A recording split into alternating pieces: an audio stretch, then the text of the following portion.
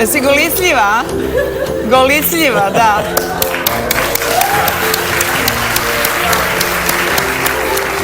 Znači, ti napraviš haljinu od krpa za čas.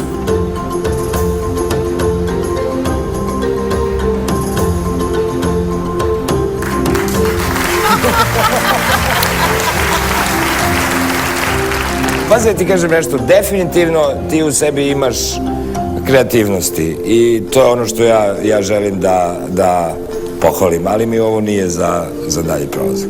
Ne, ali možda sutra svi uzmu po krpu i naprave si haljine i izađu napolje. Ne, samo, I mi ćemo ispasti nekompetentni.